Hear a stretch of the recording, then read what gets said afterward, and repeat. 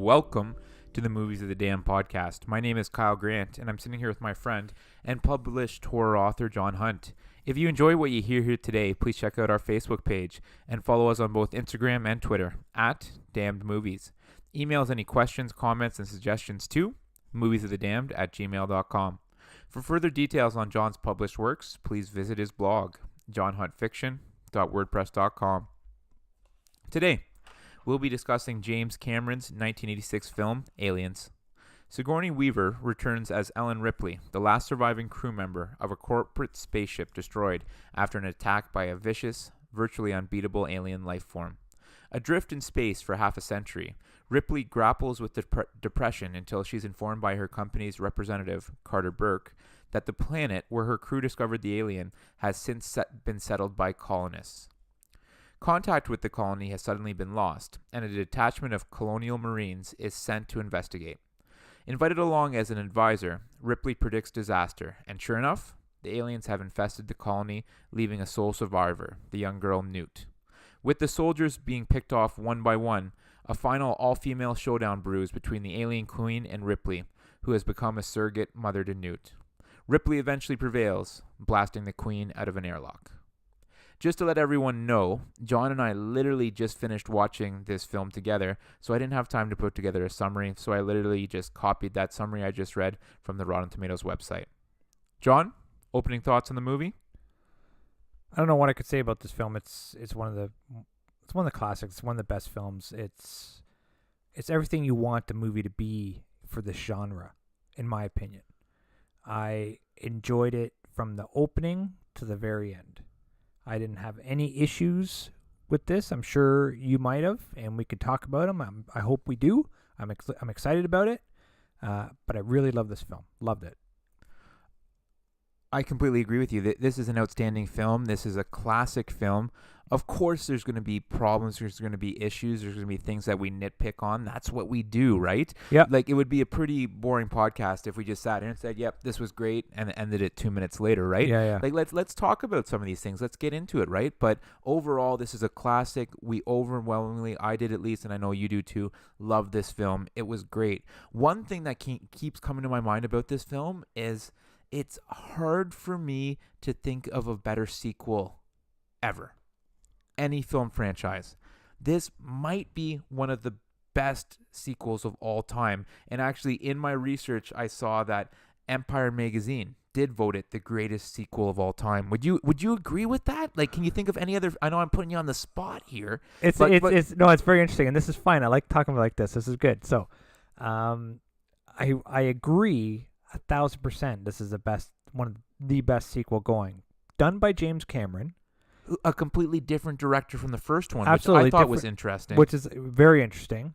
But I also believe, although I love Terminator, I thought it's one of my favorite films as well. I thought Terminator 2 was an excellent sequel.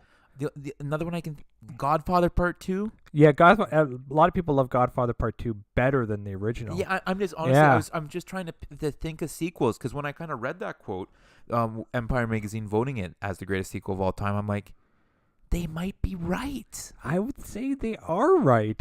You know what? There are a gazillion movies out there, so if someone knows of a better sequel, you know what? Comment. Reach out to us, man. I want to watch it, and I want to watch the original, and I want to talk about it. If you could find something better, of course, in the horror genre, obviously, or science fiction, because we do branch out. But this is like a sci-fi horror action. I would say it's quite that much of a hybrid. And James Cameron, I think he brought just amazing skill to this film. Like, I couldn't stop watching it. I told you about this, Kyle. I remember seeing this on VHS when I was a young kid. A couple years ago. Yeah. And so I remember that. I remember being transfixed by that TV. And then when it was done, guess what I did? I rewound it and watched it again. I was sucked in. This is a great film. Yeah. It still holds up. Oh, it does hold up, right? Because as I said, we just finished watching this thing, and it doesn't feel like it was a film from back in 1986. And I think if my memory serves me correctly, we said the same thing about Alien. It Yep. didn't feel like it was Yep. from way back then, right? Like Absolutely. this feels like a modern day film. Yeah. Like what is it? Almost 35 years later, Oh, it's a long time ago. That's for sure. which is kind of crazy, right? To think Yeah. that this came out that long ago. no. But this was a good movie. And one thing that I struggle with, and John, I don't know what your thoughts on this are. Is this better than the original? Oh, we'll talk about that later. Okay. Okay. Put a pin in that. We're gonna talk about that later. Okay, because that's something I I was- definitely wanted to bring up I was today. gonna ask you about it, but let's just go through some amazing parts about this movie, and then Okay. we'll get to that. Okay. The first thing that jumped out at me, and this is a good place to start, the opening scene. Yeah, and we I- talked about it as we just watched it too. Yeah, So as we were watching it, I just thought it was a very cool scene where she kind of, I want to say she's having that dream of her waking up in the hospital and the alien being inside her and bursting kind of out of her stomach, and I'm just like, oh my gosh. I know what was right? even really good about that scene. It didn't actually burst out; it just pushed out her skin, right? So, Yeah, but yeah, yeah. It just gave that. Oh, it was so good. Because you knew from the first what was Yeah. happening, right? And even though you knew what was happening, at least me, I was still fixated on that screen. I was still like, Yeah. oh my gosh, is this really going on right now? Well, it's a clever way to bring you into the now, right? So it pretty much takes up right after the first movie, but 57 years later, and you get that information from that opening scene, right? You've been out in space for 57 years. You were found by a salvage team, Yeah. right? So there's two things they're telling you right now. She was out there for a really long time. It was very lucky that they found her, and I don't mind it being lucky because she was out there for 60 years. If they found her within a year, I'd have been like, ugh. You know how big Yeah. space is? We found you 3 days later, one in Yeah. 1,000, right? yeah, right. So I'm automatically bought in, right?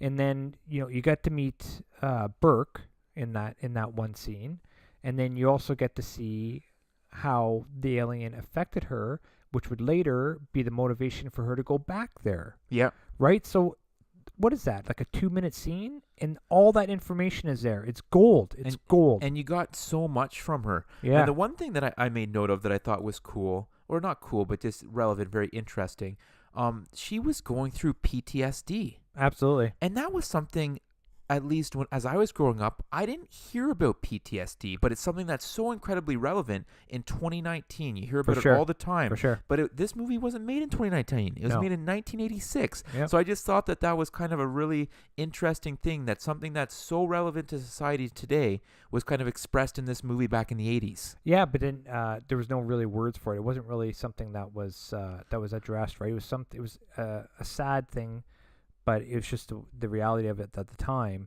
that these type of issues were ignored, right? And, and the people experiencing them were also encouraged to ignore them, which is sad as well. So yeah, no, I agree. That is a classic case of PTSD, the nightmares, the inability to focus, and the sleep. Waking up in that full sweat. Yeah, right. So yeah, very well done. Like such brilliant. Interesting thing. And like, well done, brilliant. Those are two words that come to my mind throughout this movie. Mhm. The one scene that made me jump, and I think I actually made a noise when it happens, even watching it again, when they kindly find they kind of find, I want to call it the alien nest for the first time. Yeah. And I want to call them Marines are kind of going through, and they come across that woman who looks like she's dead, Yeah. kind of attached to the nest, and then her eyes open. Oh, Yeah. that gets me every single time. And then how creepy is it? I think she says something along the lines of "kill me." Yeah. I'm like, oh my gosh. Yeah, that's from that was also an Alien. The captain has to be killed, Yeah, that's right. right? So it's like there's a lot of, that's what I mean, like this. But when you see her in the nest, you expect her to be dead. Yeah, It's no, like she you was think you're looking at a dead body. she was blue. Yeah. Right. Her skin was blue. You thought she was dead for sure. And then when she opens those Yeah. eyes, oh, wowzer. Yeah. I do want to bring up something, and it's kind of funny because it was in the first one. And I was like, in the first Alien, they all smoked their faces off, right? Yeah.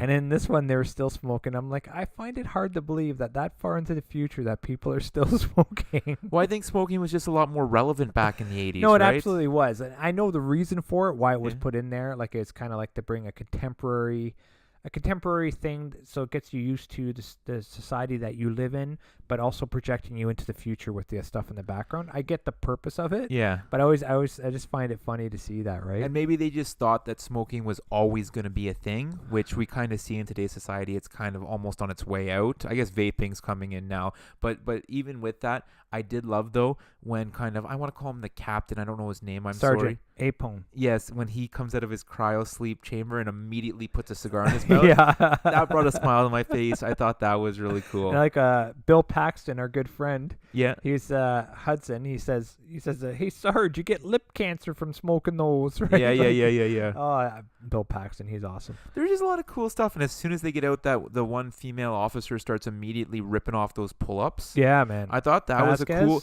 I thought Yeah. that was a needed thing just to show the strength in her. Well, yeah.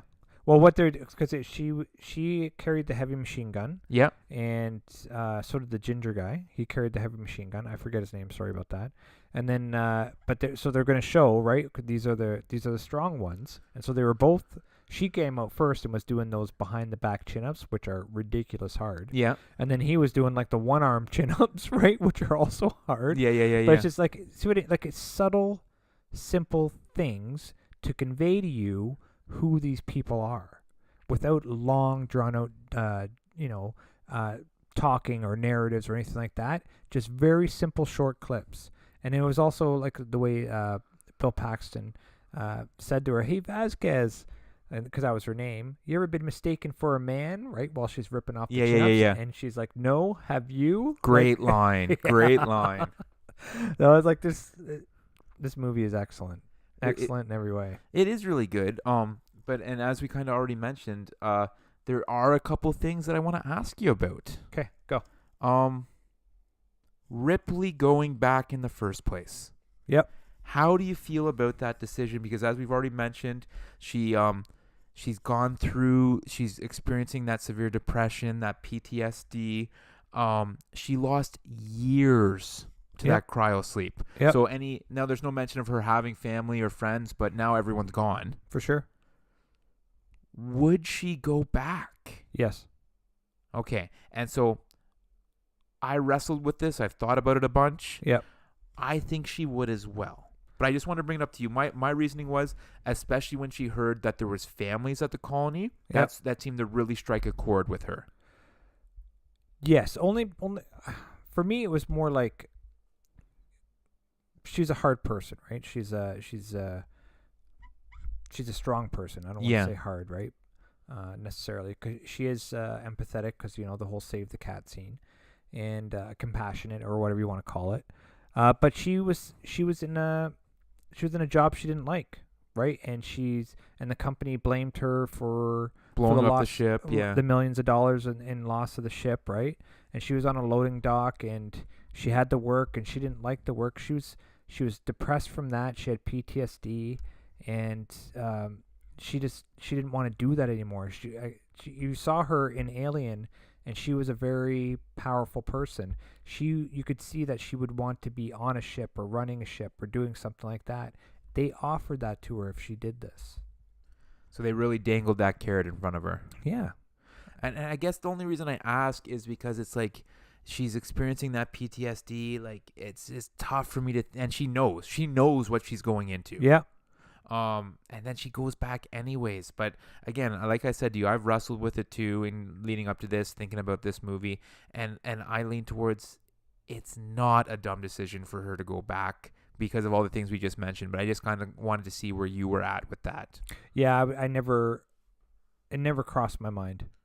Other thing I wanted to ask you about, she decides to go back. Her and the Marines, as we just talked about, they wake up from that cryo sleep, and it's almost as if the Marines have no idea who she is. And it's also brought up that the Marines really don't know what they're doing. I just find it hard to believe that there wasn't some type of planning, debrief ahead of time. Everyone wasn't introduced to each other before they kind of went into that cryo sleep and were on their way. Okay, so let me ask you this: why would it matter? I've never been in the Army myself. I would assume that when a group goes on a mission, they get introduced to everyone and they get told what the mission is and they do some planning before they're en route. Okay, so for me, the way I looked at it was this: you're in the army, you're in the Marines, you get told what to do, you do it, right? Okay. So get in that cryosleep. You'll be briefed when you wake up. Fair enough. Fair Done. enough. And I Right? guess, and it seemed like a couple of the Marines didn't know, oh, she's our advisor or something like Yeah. that. Right. So there was probably because they're a tight group. You could see they were a tight group. And they gossiped. So when she probably got on the ship and went to the cryosleep, like, who's that? Oh, I think she's a consultant. You know what I mean? Like, Yeah, yeah, but yeah. that's all they knew. And then the briefing was afterwards. No, and that Yeah. that does make sense. And again, I'm nitpicking here. I just want to Yeah. think what you thought of this stuff. I love this movie. It's a masterpiece. Yeah. How about when they've discovered Newt, the little girl? Yeah. They're kind of back at, I want to call it mission control, let's call it. And the Marines are kind of going and investigating. They come across the nest, and they're letting Newt kind of sit there and watch as the Marines are kind of doing their thing. I don't know if they let that happen. Remember when they were trying to like track down and find where these other people were? Yeah. The PDA, the personal data. Yeah. I just don't see them letting a little girl sit there and watch as they're kind of going around these corners and stuff like that, because for all they know, they're going to come across her dead parents. Yeah. And Ripley told her not to look and to go They away. eventually said, get out of here. Yeah, because it started to get more violent, right? Yeah. But at the same time, she's been there for a long time by herself. She's seen way worse than what she's going to see on that little screen. And as Ripley brings up at one point, this girl has survived for way longer by herself with no training, no weapons. That's right. Why don't you put her in charge? Yeah, Bill yeah, Paxton. Yeah. A lot of good lines there, right? He's the best. How about, and we kind of talked about this a little bit off air, the ending. The ending was very similar to the first. Okay, now, so was it a shout out or was it a rip off? How did you feel about that? So, one, I thought I enjoyed it. Right, you're kind of, it's one of those things where you're stuck, right? Like, okay, she didn't have any guns or anything like that, right? These things bleed acid. Yeah. You shoot them, you have the potential of putting a hole through your ship. Yeah, so you Right. can't kill it that way. There's only certain things you can do. And secondly, she knows it works. She's done it before. She knew it was effective. So when you're in a stressful situation, what do you always revert back to? Yeah, you're gonna go to what works, right? Right? And so I have no issue with that, and I actually thought it was a clever homage to the first one. And Right. so that's what I wanted to know, and I didn't really have an issue with it, but again, it was something I wanted to bring up to you. But, Yeah. But how did that alien operate the elevator to come up that elevator after her? Oh, like push a button? I don't even know. I don't even know if you need to push a button. Yeah, maybe you just need to step on and it goes Yeah. up. I don't know. I just thought that was kind of, she sees the elevator coming up and then the alien gets off. I'm like, how did this thing figure that out? And you could see the alien had some sort of cunning to it, right? It wasn't the queen wasn't stupid, Yeah. right? Saw the door open, saw Ripley and them go on and get up, and then saw another door open. Same thing, like she's gonna hop on. And I know that Ripley is a strong character. Yeah. Maybe like the strongest female character of movie history, right? Yeah. Like who knows? But her being able to hold on as that airlock's open and not getting sucked out with the alien, Okay. like, I don't know. I don't know. That's something that you can judge. no, you think you'd be able to hold on? Well, I don't know. Yeah, I couldn't tell you. Right? I don't know the science behind it. I've never experienced it. Yeah, and Right, then especially so- as the alien is like grabbing onto her, like I don't think. Yeah, she'd it was be able to holding hold on. It was holding onto her foot with one arm, Yeah, and she locked her elbow around that Around one the pole, thing. yeah, around yeah. the one pole. So I could see, like, if the force was enough, she could potentially dislocate her shoulder, and then the pain would force her to let go. yeah, But once again, I don't know. yeah. Right? So it's like, it's one of those things when you I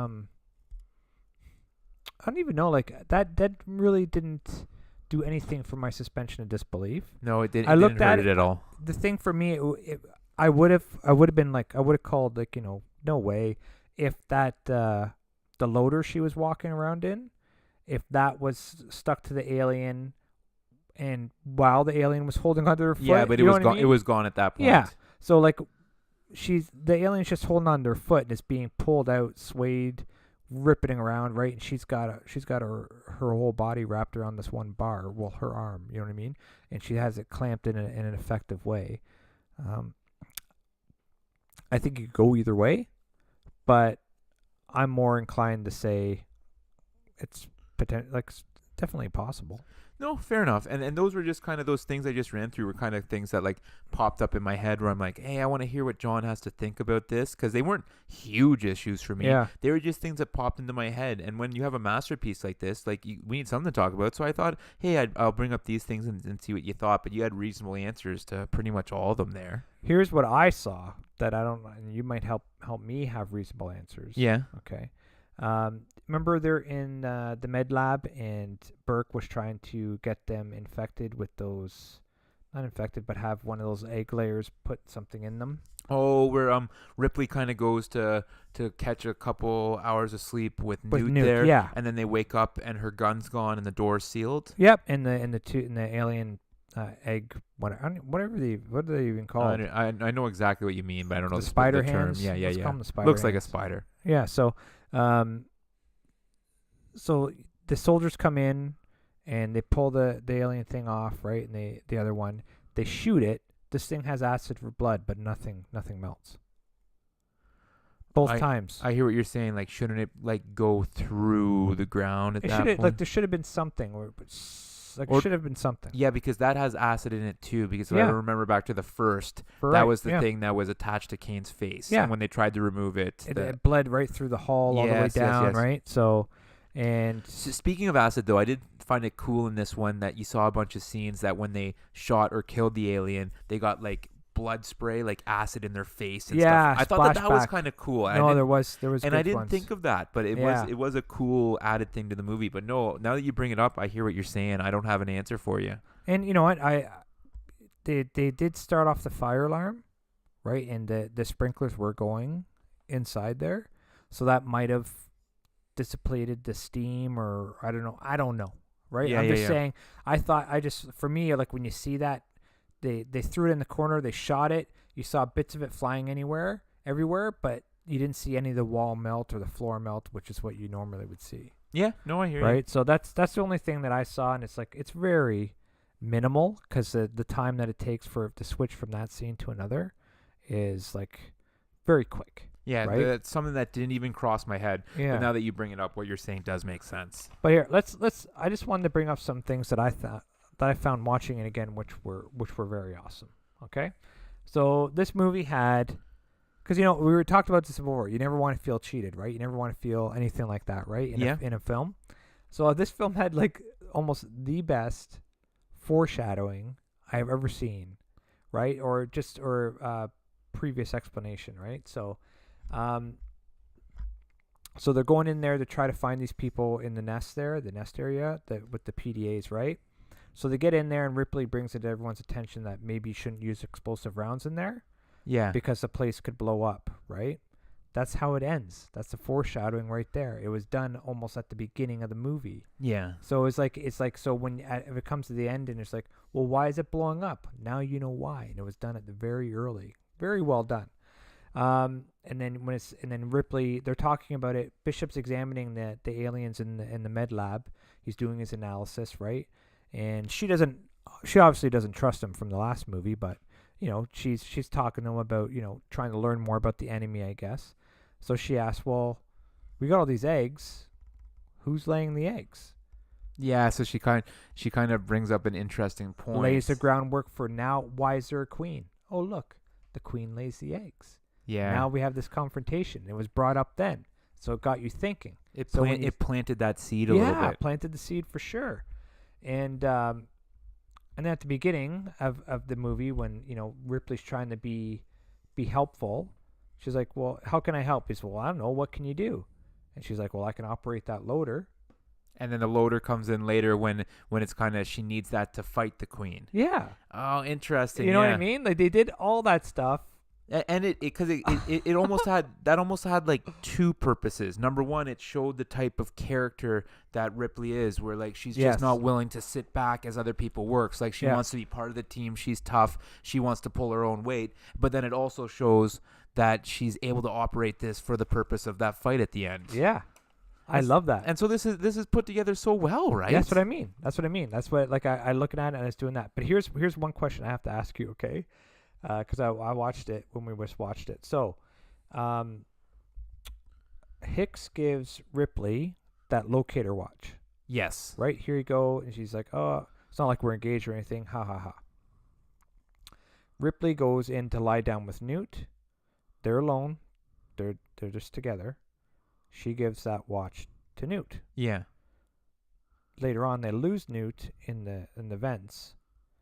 And without Ripley saying a word, Hicks goes, "We could find her with this," and pulls that out. Oh, yes. So I was like, I don't think I missed something. I think you're absolutely right with that there was no communication about there's that. no communication. Unless when they saved them. Remember when they saved them from the attack of the alien spider thing? Maybe then he notices that it's on her wrist. I know, but the reason why I picked that up is because normally when you like I said, you got to show everything that's important, right? So they should have shown Hicks focusing on the watch on Newt's arm, and then I would have been, oh, okay. Yeah, right. and that But would they just didn't. taken 2 seconds. Yeah. For you to see as the viewer him look down, and then the camera flashes to Yeah. the watch on Newt's arm or something Right. like that. Right. Otherwise, like I said, for me, I'm like, well, how did he know she had the watch? Oh wow, that didn't even cross my mind. You're right. So that's the only thing that I noticed that I thought, okay, well, not a big deal. Didn't detract at all, obviously, right? But it was definitely an illogical part to the film. No, for sure. I hear you there. But let's get back to why it's also awesome. Yeah. Right. So you had Lieutenant Gorman, right? Okay. He's the new squad leader. Doesn't work with these guys really, and so the teammates, they don't trust him. They've never been to war with him, and they keep learning about his inexperience as it goes along. Right. So you got these tough grunts who work together all the time, right? And your main character is Ripley, right? So how are you going to get these tough grunts to listen to Ripley and follow her? By making Lieutenant Gorman weak. Oh. So he would make poor decisions. She would override them and do rescue attempts and all these other things. Do all the things that a leader should do. So then they were looking to her for the answers. That's another great tool that the director and the writer used to, one, develop Ripley's strength of character, and to have these really tough, tight Marines end up following her. It's brilliant. I thought it was excellent. Yeah, no, because that's right. That's another great way to portray her strength, not just like trying to build her up, but by the someone who might clash with her, kind of like tearing him down a little bit, right? Right, and she's also the main character, so you're gonna, as a director and the writer, you're gonna want her making those decisions. Of course you are, because that's the star, right? Yeah. So, but how do you get all these people to follow her? By doing it like that, by creating a situation where she shines. Yeah, because it's going to be tough for them to not follow command because, like you said, they're these Army Marines, right? Yeah. So let's switch it around. So say Apone, who we like, the cigar awesome sergeant. Yep. Say he was the lieutenant and Gorman was a sergeant. You wouldn't have had this situation. No, you're right. Right. So it's just I think it was just another brilliant tool to you have a problem. How do we resolve this? Well, let's do this, and this through the character development. And they show it through subtle scenes, right? So Gorman, when they're all in there and they're being attacked and there's guns going off everywhere, and she's like, Gorman, tell him to come back. Gorman, we got to go get him. And he's like, shut up. And he's like, release some suppressing fire. But like, he's just flabbergasted. He can't deal with the pressure. Everyone knows it. And he's cost lives. And so Ripley takes that car, goes in and gets them. Now who do we trust? Ripley. Right? It's a great tool. It's just a great little kind of transition of power right there, right? Right? Yeah. Interesting. And this was a very well-written script. And the one thing I wanted to say is a movie that you brought up earlier, Terminator. Yeah. Actually had a big influence on this movie. Oh, for sure. So when they were looking for a director for this film, a writer-director, they kind of tossed around James Cameron. Yeah. And he wrote kind of like a mini, like 90 90-page kind of script for Alien, and they took a look at it, and they liked it, and they were impressed by it. The new president of Fox there, they said his name is Larry Gordon, was impressed by this, and he kind of said to Cameron, "Yeah, I like it, but we want to first see how Terminator does, and if Terminator's a success, then we'll let you go ahead and direct Aliens." Wow. So it's just so funny that like Terminator, if it had a flop for some reason, James Cameron wouldn't have been given the chance to do this film, and it would have been who knows what it would have been like. James Cameron must have been smiling because he knew Terminator wasn't going to flop. That was such an amazing movie. Such an amazing movie. Exactly right. But I just thought that was pretty cool. Another thing that I great little tip. thought was cool is that Sigourney Weaver played some serious hardball leading up to this, as far as her salary goes. For sure. And so she ended up obtaining a salary of $1 million for this film, which at the time was pretty big, and it was actually 30 times greater what she was paid for the first film. Holy So she cow. got paid 30 times more for the second one than the first film, right? And did you know she got paid like a couple of million to shave her head for the third one? Oh, I didn't know that. Like just no. to shave her head, she got like I think 3 to 4 million.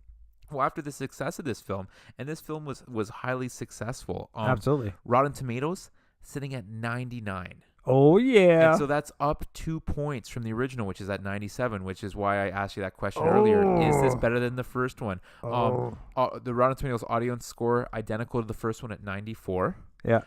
This was nominated for 7 Academy Awards. Holy cow. Including Best Actress for Sigourney Weaver, and it ended up winning 2 for Best Sound Effect Editing and Best Visual Effects. But again, for an acting award for a sci-fi horror, that is like unheard of. Yeah, to be nominated for that for sure. Budget-wise, he kind of had twice the budget as the first one. Yeah. Budget was about 17 or 18 million. The original was about 9, 10, 11 million. Box office, it was kind of right around the same as the original Alien. So there's a bit of a variance again. They estimate that it made anywhere between 131 and 183 million. I think just record keeping wasn't as good back then as it was sounds today. very junk. Or like the public knowing about these things. Yeah, right? they didn't feel any accountability. Yeah, I'm sure someone at Fox knows the exact number, but maybe they didn't have to report it to the public, or the public's just not on top of it as they are today. Yeah. Whereas the first one, as we talked about last time, made somewhere in the range of 104 to 203, so it was kind of right in line with the first one almost, right? So I just thought, according to the shady record keeping. Yeah, the shady record keeping, exactly right. But I just thought all that stuff was pretty interesting. So again, I'm gonna put you on point. I'm gonna bring you back to that question. Absolutely, that I got to asked do at it. the beginning. Is this film, is Aliens, better than the first one? So, here's what I think. So, in order to answer this question fairly, in my mind anyways, it's a different film, right? It's a different film than the original. The only thing that's really the same is Ripley and the aliens. Yeah. Right? The first film was a sci-fi suspense, right? Maybe a bit of horror in it, but a little bit more of a slow build with that one. Yeah, slow burn. Right, we talked about it. Even the slow burn shots were interesting, though. So it was very well done, right? Whereas Aliens, when it got going, it was going, right? It was more action almost. Action. You could feel the Terminator in it, right? Or the Terminator influence in it. Yeah. Or the style, I would say, not the influence. So when you look at it as two totally different films, you want to go back to what you want to do is you want to watch one and note like what's good and what's bad, put that away, and then wait a couple of days and watch the second one and note what's good and what's bad, and see where you come out, right? I'm gonna go. I love James Cameron. Like, I love the films that he's done. Maybe not Avatar so much, but I love his films. Or Titanic. Actually, I like Titanic. I liked it. But anyways, but I'm going to go with the original. Yeah. Only because it had such an impact. Such a lasting impact. And I'm probably going to go with the original as well. But just the fact that we're even discussing this and it isn't just a clear shot answer, yeah, right, just shows you how good this is. Because I remember in the Alien podcast I brought up, I'm like, Well, because of how good this movie is, how you can't be happy with the sequels, but this one doesn't disappoint. No, not at all. Not right. at all. So I just thought that was just really interesting stuff. But Very good movie. To be fair, like they are two different films. Yeah, they right? are. They really are. And there's some stuff that was the same, like the ejection out of the airlock, and you mentioned another one that was. Just the fact that the alien kind of smuggled itself on the escape ship. Yes, call right. It, in both scenarios. Yeah, the scenarios were kind of the same, right? So something's gonna blow up. You think you're safe. The alien's there, right? Yeah. So yeah, same thing happened twice. That's fine. Yeah, once again, I didn't mind that, but they are. Other than that, they are really completely different films. And they're both classics. They're both outstanding movies. For sure. If for some reason you haven't seen this, well, you're doing yourself a disservice. Check this movie out. Absolutely. Do whatever you have to do to watch it, even if that means renting it online, buying it. Watch this movie. Yeah, for sure. If you like sci-fi horror, you will like this movie. So I would even say buy it on Blu-ray, and even if you've never seen it, you will enjoy it. Take our word for it. Well, buddy, anything else to add? No, I have nothing. Well, please check out our Facebook page and follow us on both Twitter and Instagram @DamnMovies. We want to hear what you thought of today's podcast and any suggestions you have, especially in terms of what movies you'd like us to discuss next. Send us an email to moviesofthedamned@gmail.com. Please also check out John's full-length novels. His first two novels, Dollhouse and The Tracker, are Amazon bestsellers, and his new novella, Balance, is also available on Amazon. For further details on John's other published works, please visit his blog, johnhuntfiction.wordpress.com. Thanks for listening, and we'll see you next time. That's right. If you want to know more about my writing, you can go to my Amazon author page, John Hunt. It has my 3 books. Well, 2 books, 1 novella, and then I have a bunch of short stories published in different anthologies, if you're interested anyways. And I have a 4th book coming out with my publisher, Black Rose Writing, on Halloween. It's October 31st of this year, which is awesome. It's very exciting for me. But we'd also appreciate if you could, whatever platform you're listening to us on, leave a rating. If you like it, if you don't like it, or comment, or just be honest about what you feel and let us know, and it really helps us out in order to improve the content of the show and for the algorithms. So, but other than that, please have a great week.